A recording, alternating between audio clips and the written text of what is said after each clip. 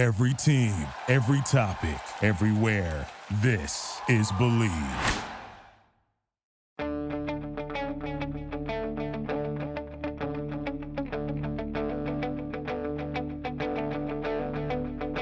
Ich warte seit Wochen auf diesen Tag und tanz vor Freude über den Asphalt. Als wär's ein Rhythmus, als gäb's ein Lied, das mich immer weiter durch die Straßen zieht. Komm dir entgegen. Hello and welcome to Gegenpressing. I'm Manu and he's Stefan Bienkowski. This is the transfer show. Stefan, we're doing this right in the middle of the international break. A little bit of a short hiatus for the podcast. We didn't have a newsletter on Monday, the free newsletter, and obviously we didn't have a main show and we didn't have a preview show. So this has been, I haven't talked to you in 4 days on the podcast. Obviously, I talk to you every day for work, but on the podcast, how are you doing? Yeah, it's been a kind of like a mini break almost, hasn't it? It's been fun. Some interesting international football, which I wrote about in my newsletter in terms of, Kai Havertz playing left back, for example. But yeah, it's been nice to have a little bit of a break. Obviously, international football is kind of universally moaned at because it kind of gets in the way of the fun stuff usually. But yeah. It can also provide a bit of a break, which is always nice. Yeah, I used to hate it because, as you said, it does break up the actual club football. Now I kind of enjoy it as a little break and to reset my head and, work on some projects and administrative stuff that I usually don't have time to deal with. And so I do actually think it's a good breather if you work in the industry, but I totally understand that we're like, what? We're not even the 1%, Stefan. We're like the 0.01%. So I guess I don't really count. Yeah. It's an odd industry to work in, that's for sure. But yeah. Can't complain. No, I will moan about certain things that happen in the job, but I will never complain about the job itself. It is an absolute privilege to sit here and talk about for most people is a hobby. So I will never ever complain. I know that this is that we are very lucky that we get to do this and actually get paid for it, which is very rare. So yeah, don't want to complain too much about it. The international break has been a good rest though. I got a bunch of articles written that I usually don't have time writing, so that was fun. And I have one more in stock from the Frankfurt media trip that I did for my newsletter. Your newsletter on Kai Havertz, by the way, excellent. Thank you very much. I have some thoughts about it. I don't know if there was questions about it, but like this whole debate reminds me so much. And I wrote about it for Forbes, right? It reminds me so much of what Germany underwent with Toni Kroos, Stefan, and trying to find a role for him. And ultimately they did, right? Like they ultimately managed it, but it's just so weird that like sometimes you can't fit a good player into a system. Yeah, and look, hey, to be fair to Kai Havertz and I guess to Julian Nagelsmann, he did get a goal. So I mean, and his record actually for Germany is actually really impressive, despite playing all manner of positions. So it's by no means a slight on him as a player for the German national team, because I did have I posted on Threads and I had some Premier League fans say, oh well, I guess Mikel Arteta has to play him to justify the transfer, but why the hell is Julian Nagelsmann picking him? And I was like, well, because he keeps scoring and creating goals, that's why. So you can have the debate about where he plays and where he should play without it having to lead to people assuming that you're saying he's a rubbish player, which could be further from the truth, to be honest. I think he's an excellent player. We just haven't figured out yet where he's playing, but this debate is age-long. We had it with Toni Kroos. We had it with Bastian Schweinsteiger as well. Remember when Bastian Schweinsteiger had to play as a left winger?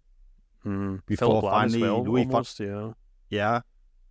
Louis van Gaal said, hey, Schweinsteiger, you know what Schweinsteiger is? He's a good number 6. That's where I'm going to put him. And then all of a sudden he was world-class. Someone will find the right position for Kai Havertz, and I'm sure it will just click and it will be all right. That is my ultimate and final takeaway from this entire story. He's only 24, right? Yeah. I said in the newsletter, I think he will probably, if Mikel Arteta keeps using him as a number 8, I think he will turn good, because basically just the article, which I don't mind saying because subscribers already have access to it, but the gist of it is that the difference between him at Leverkusen and the difference between him at Chelsea was that he just didn't get on the ball enough in the middle of the pitch at Chelsea because he was played as an inside forward or as a number 9. But so far at Arsenal, he's been playing as almost like a number 8 or as a central midfielder, which I think is kind of exactly what he needs. He needs to be more on the ball. He needs to get more touches in the middle of the pitch. And that seems to be what he's getting at Arsenal. So that's encouraging. And hopefully, he continues to play for them. Yeah, no, absolutely. Let's move on to one of his former teammates and RB Leipzig, Timo Werner, Stefan. You wrote me this morning. I thought you were April fooling me on Tuesday, November 21st. Timo Werner being linked with a move to Real Madrid, where he could act as a replacement for Vinicius Jr., who's out long term, right, with an injury. I had to double check this. Yes, this is an actual story. I do know that Timo Werner is more or less for sale this winter.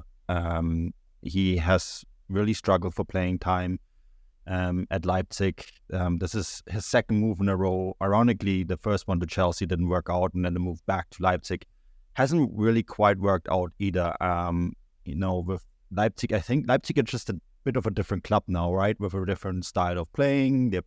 There's different players that are just better suited for the way Marco Rose plays football.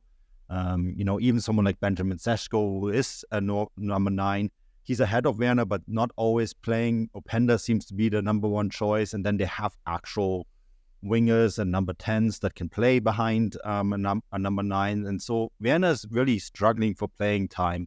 And there has been all sorts of rumors linking him with moves within the Bundesliga, right? Eintracht Frankfurt was linked. We get to Eintracht Frankfurt in a bit because they have obviously identified and are close to signing 2 other guys, and we're going to talk about that.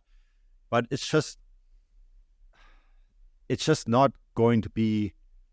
There's just no space for Werner right now, it seems, at Leipzig, which makes this even crazier now to think that he could be off to not another Bundesliga team, but arguably the biggest club in the world in Real Madrid. And as crazy as this sounds, that might actually work for both for all sides involved. Yeah, it's so crazy it might just work, as they would say in the old Hollywood movies. Yeah, I think you basically hit the nail on the head there. You could argue about the, how serious the transfer story is itself. It comes from Sport, Spanish newspaper, who, one of the biggest newspapers in Spain, but they're not exactly, known for only ever reporting transfer stories when they're dead certain, so it could be fabricated, it could be speculative, but I think what's probably more interesting than anything else, and this is one of the things I love about the transfer window, is that you don't have to believe a transfer story to still take a lot from the context around it. And as you said, someone is obviously talking behind the scenes, and either on behalf of Timo Werner or, directly because of Timo Werner, and saying, look, if you guys need a striker, this guy here is sitting on the bench in Leipzig and he can do a good job for you.